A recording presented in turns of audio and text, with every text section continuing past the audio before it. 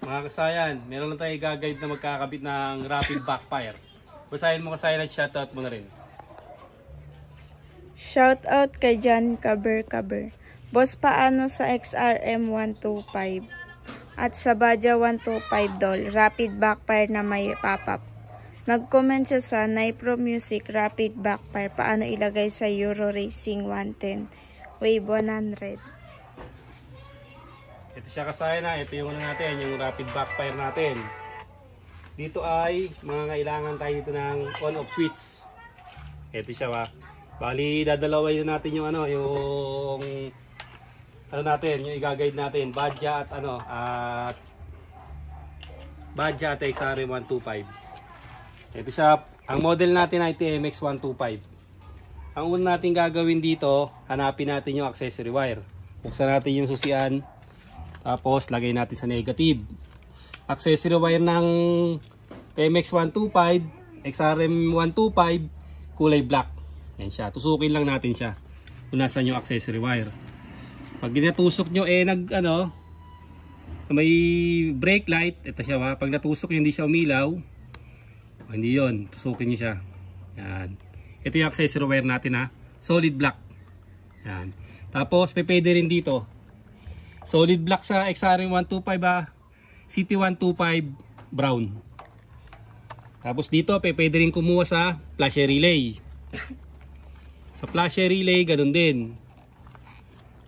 Pag natusok nyo rito yung nagbi-blink, mali yun. Kailangan kulay black siya.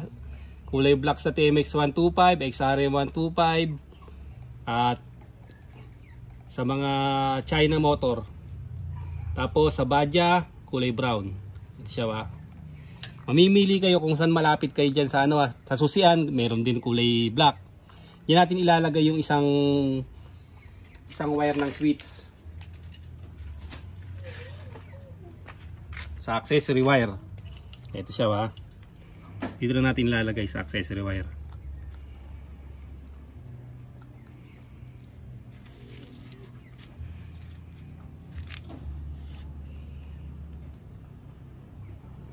Yan na, accessory wire ha. Dito natin ilalagay yung isa. Simple lang to.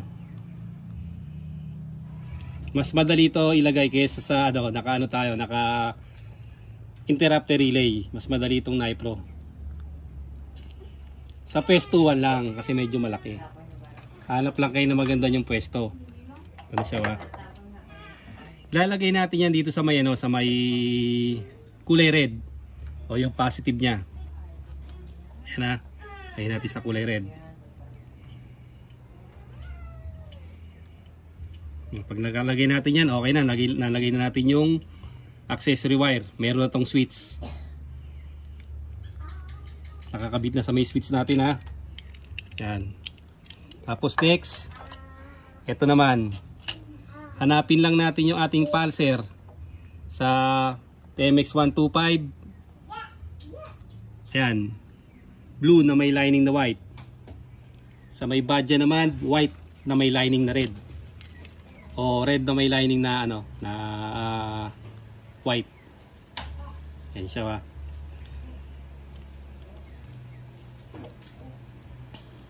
Sa Baja, red white.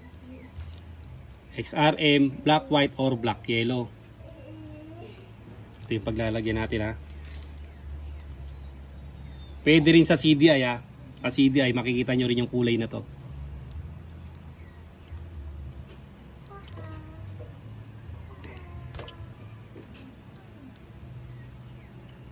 Pwede rin dyan ilagay. Ay splice nyo lang pagka pang permanente nyo ilalagay. Ito kasi tutorial lang. Ay poporma lang natin siya. Yan. Tapos isa na lang. Kahit alin kahit alin sa brown o blue pwede yung ilagay sa pulser. Kahit dalaway nyo yan, pwede rin. Pares positive yan. Bawa, dinalawa nyo yan, pwede rin yan. Nakadalawa siya. Or kahit alin sa brown o kahit alin sa blue. Tapos ito, negative na to. O body ground, pwedeng mga body ground, pwede namang negative ng negative ng ating battery. Pag nilagay nyo yan dyan, dapat kung saan nakasetup yung ating Nipro, kung naka number 1 siya, hindi siya magre-react ha. Kung naka number 1, hindi siya magre-react. Pero pag nilipat natin sa number 2, dapat magre-react na siya. Yan. Hindi siya nag-react kasi hindi pa tayo naka-switch. Pag sinwitch natin,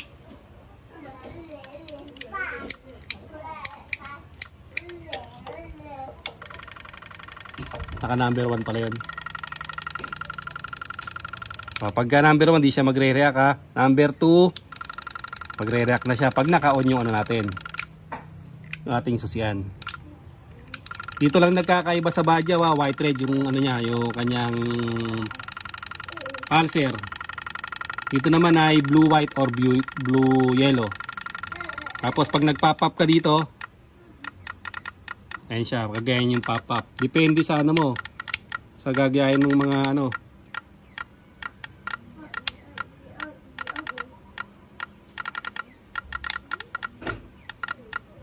Number 5. Yan yung gagayahin ng ating ano, businas. Papatayin nyo muna siya, off nyo muna pag mag-i-start kayo.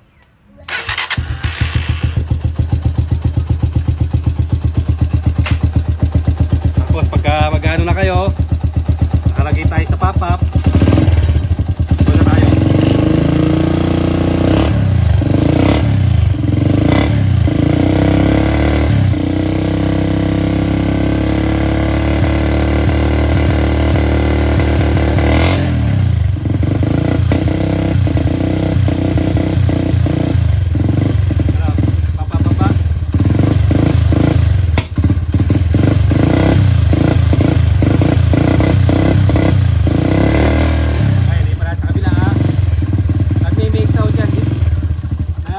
Sound siya, depende sa ano yan ha, depende sa ganda ng iyong tambutso, depende sa ganda ng tambutso nyo ha. Ayan ha, pagka on nyo siya, kailangan pagka papandarin nyo mo, kailangan naka-off muna siya para madali siyang umandar. Palipat natin sa iba ha, sa number 2, rapid tayo. Ayan, namamatay siya, mababa ano, pwede yung taasan din yung minor.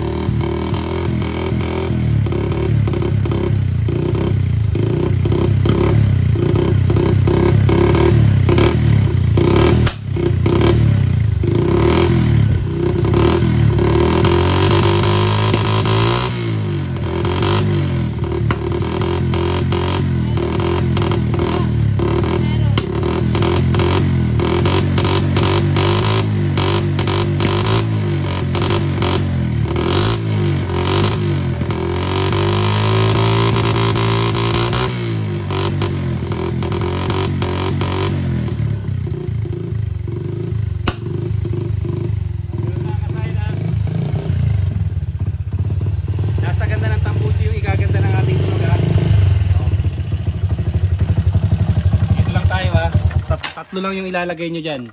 Ayan o. Dapat pagka pindot natin, nag-ano na kagad siya. Wala pala sa pop-up. Yan. Pagbukas pa lang natin, gagana na yung nating Nipro. Yan. Gagana na siya. Ibig sabihin, okay na yung setup ng ating Nipro. Pulser lang ha. Pulser, accessory wire, tsaka yung yung negative. Tatlo lang yung ilalagay natin, kaya ganoon lang kabilis. Kung maganda yung tunog ng tambucho nyo, mas maganda yung magiging tunog. Gagayahin niya yung nito, yung tunog ng Nipro Music. Hanggang dito na lang mga kasayan. Salamat sa panonood.